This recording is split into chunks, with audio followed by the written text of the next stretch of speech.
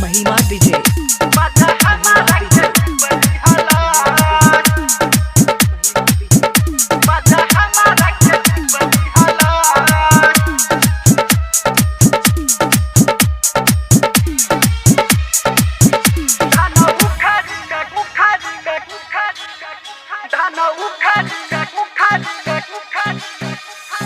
पहिला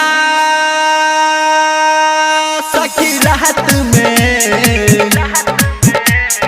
फसनी हम बात में लाहे लाहे हमारा के चोट दिहल धान उखाड़ में कूट दिहल मजा हमारा के खूब लिहल धान उखाड़ में कूट दिहल मजा हमारा के खूब लिहल धान उखाड़ में कूट दिहल पहिला सखी रात में फसनी हम बात में लाहे लाहे हमारा के चोट दिहल धान उखाड़ में कूट दिहल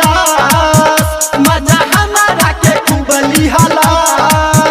धान उखाड़ में कूट दिहल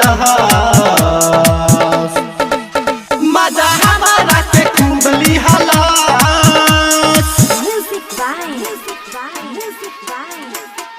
Ambe Recording Studio, Delhi.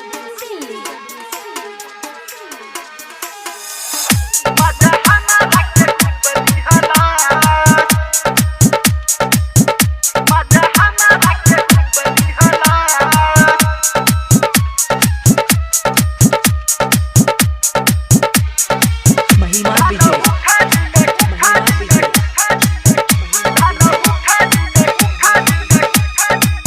जोगा के रखल खजाना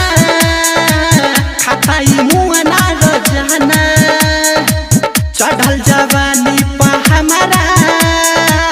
पागल भइल बा दीवाना मध के जैसन चुसत रहेला कबो काजल अमर पाली कहेला होठ से होठ सटा के प्यार करे उ सुता के बड़ा खतरनाक सखी डोज दिहल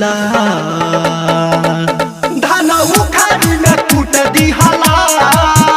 मजा हमारा के खूब लिहल धान उखाड़ में कूट दिहल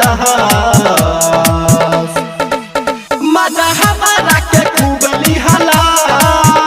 धान उखाड़ में कूट दिहल महिमा डीजे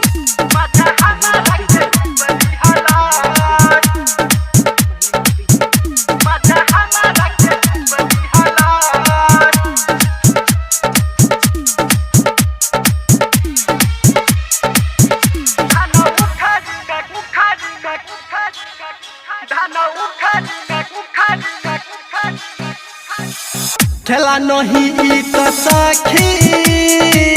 नैहर में कब हो खेलनी प्यार में मंगल सजे भी केहू के कबो न दिहनी विपरीत दिल पर रोजे मार फेरा याद में रहे लगो समसवेरा सातों के सात दिन दर्द दिले हो हमार महारद पहिले बेरी में पेटे बोझ दिहल धान उखाड़ में कूट दिहल मजा हमारा के खूब लिहल धान उखाड़ में कूट दिहल